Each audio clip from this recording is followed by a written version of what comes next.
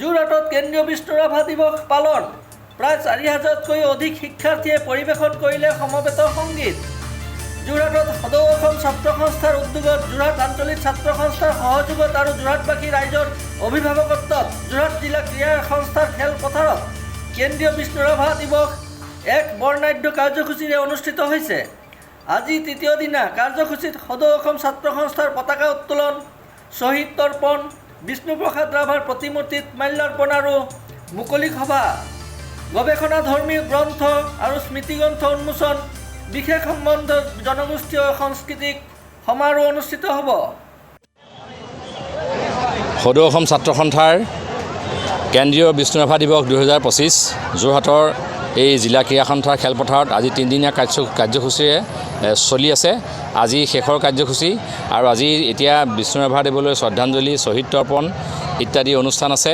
আৰু তাৰ লগতে প্ৰায় যোৰহাটৰ সকলোবোৰ বিদ্যালয়ৰ পৰা প্ৰায় 4,000 ছাত্ৰ ছাত্ৰী গোট খাইছেহি। তেওঁলোকে বিষ্ণু ৰাভাৰ গীত পৰিৱেশন কৰিব, শ্বহীদক শ্ৰদ্ধাঞ্জলি জনাব আৰু তাৰ পাছতে আমাৰ মুকলি সভা আৰম্ভ হ'ব আৰু সন্ধিয়ালৈ সাংস্কৃতিক বাচকবনীয়া শিল্পীসকলৰ দ্বাৰা সাংস্কৃতিক অনুষ্ঠান আৰম্ভ হ'ব। গতিকে আজি সকলো কাৰ্যসূচী আৰম্ভ কৰিবলৈ আমি আগবাঢ়িছোঁ।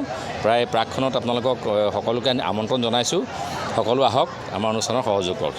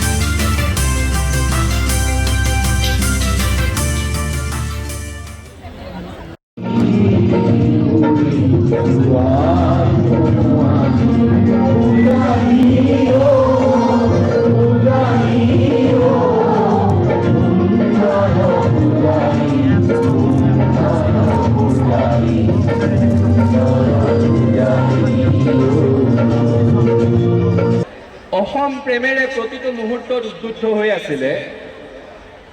ভাস্কৰ্যৰ কথা যদি ক'বলৈ যায়, ভাস্কৰ্য শিল্পী হিচাপে যদি ক'ৰবাত পূজাৰ প্ৰতিমা সাজিছে, আকৌ স্থাপত্য শিল্পী হিচাপে আহি নামডাঙৰ শিলৰ সাঁকোৰ জোখমাখ লৈ গৈছে। একেগৰাকী ব্যক্তিয়ে প্ৰচুৰ অসম প্ৰেম থকাৰ পিছতো সেইখিনি সময়ৰ নতুন প্ৰজন্মক ভাৰতীয়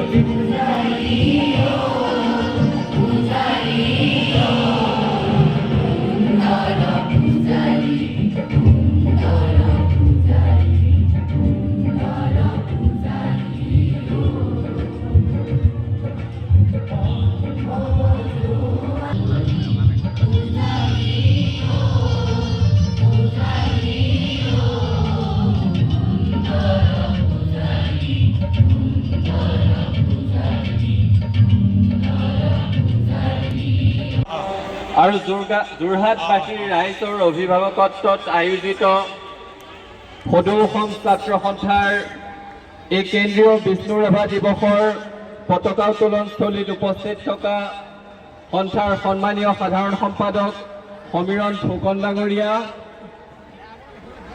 আমাৰ মাজত উপস্থিত থকা সদৌ অসম ছাত্ৰ সন্থাৰ ৰাজ্যিক কাৰ্যনিৰ্বাহক সমিতিৰ সন্মানীয় বিষয়ববীয়া কৰ্মকৰ্তাসকল, এই অনুষ্ঠানটোৰ মূল উদ্যোক্তা সদৌ যোৰহাট জিলা ছাত্ৰ সন্থাৰ সন্মানীয় সভাপতি প্ৰীতমজ্যোতি শইকীয়া ডাঙৰীয়া, সন্মানীয় সাধাৰণ সম্পাদক ৰিয়াজ হুছেইন ডাঙৰীয়া, আমাৰ মাজত উপস্থিত থকা এই অনুষ্ঠানটোৰ আদৰণি সমিতিৰ সন্মানীয় সভাপতি শ্ৰী যোগানন্দ বৰা ডাঙৰীয়া, কাৰ্যকৰী সভাপতিদ্বয় শ্ৰী জুল খাউন ডাঙৰীয়া, সংকল্প গগৈ ডাঙৰীয়া, আদৰণি সমিতিৰ সন্মানীয় সাধাৰণ সম্পাদক নিহাৰিকা শইকীয়া ডাঙৰীয়া, সম্পাদকত্ৰয় জিতু নিয়োগ ডাঙৰীয়া, অৰূপ পূজাৰী ডাঙৰীয়া, অনন্ত বৰঠাকুৰ ডাঙৰীয়া প্ৰমুখ্যে আদৰণি সমিতিৰ সন্মানীয় বিষয়ববীয়া কৰ্মকৰ্তা। বিষ্ণু ৰাভাক ভাল পাবৰ কাৰণে কোনো বিশেষ ৰাজনৈতিক আদৰ্শৰে দীক্ষিত হোৱাৰ কোনো প্ৰয়োজন নাই।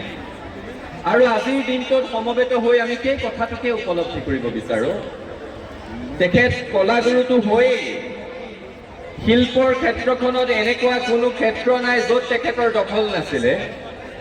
সেয়া গীতেই হওক, যিজন ব্যক্তিয়ে নিজৰ গীতত অন্তৰৰ কোমলতা দেখুৱাই পৰজনমৰ শুভ লগনত কাৰোবাক লগ পোৱাৰ আশাবাদ দেখুৱাইছে, সেই একেজন ব্যক্তিয়ে আকৌ এই জনমতে দিন সমাজৰ হীন পৰিহাস মচি তেজৰ বোলেৰে ইতিহাস লিখি যোৱাৰ বজ্ৰকঠোৰ সংকল্পও দেখুৱাইছে।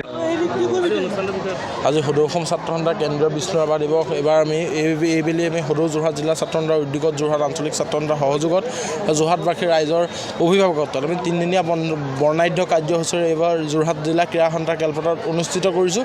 আৰু আজি আমি অন্তিমটো দিনত উপস্থিত হৈছোঁ। আজি অন্তিমটো দিনৰ কাৰ্যসূচী হিচাপে প্ৰথমবাৰ আছে পতাকা উত্তোলন। সদৌ অসম ছাত্ৰ সন্থাৰ সন্মানীয় সভাপতি উৎপল শৰ্মাদেৱে পতাকা উত্তোলন কৰিব। তাৰপিছতে আছে শ্বহীদ তৰ্পণ। সদৌ অসম ছাত্ৰ সন্থাৰ সন্মানীয় সাধাৰণ সম্পাদক সমীৰণ ফুকনদেৱে শ্বহীদ তৰ্পণ কৰিব।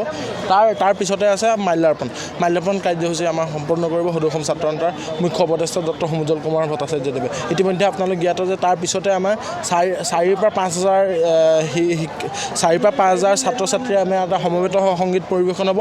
তাৰপিছতে মুকলি সভা আৰম্ভ হ'ব আৰু মুকলি সভাটো বিভিন্ন জনগোষ্ঠীয় সমাৰোহেৰে আমি মুকলি সভা সম্পন্ন কৰিম। তাৰপিছতে আজি ৰাতিলৈ সাংস্কৃতিক সন্ধিয়া অনুষ্ঠান আছে।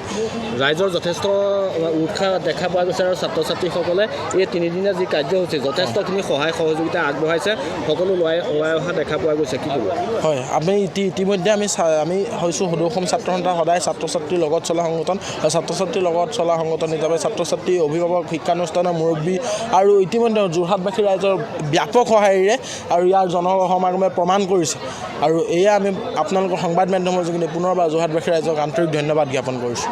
ব্যুৰো ৰিপৰ্ট মায়া নিউজ।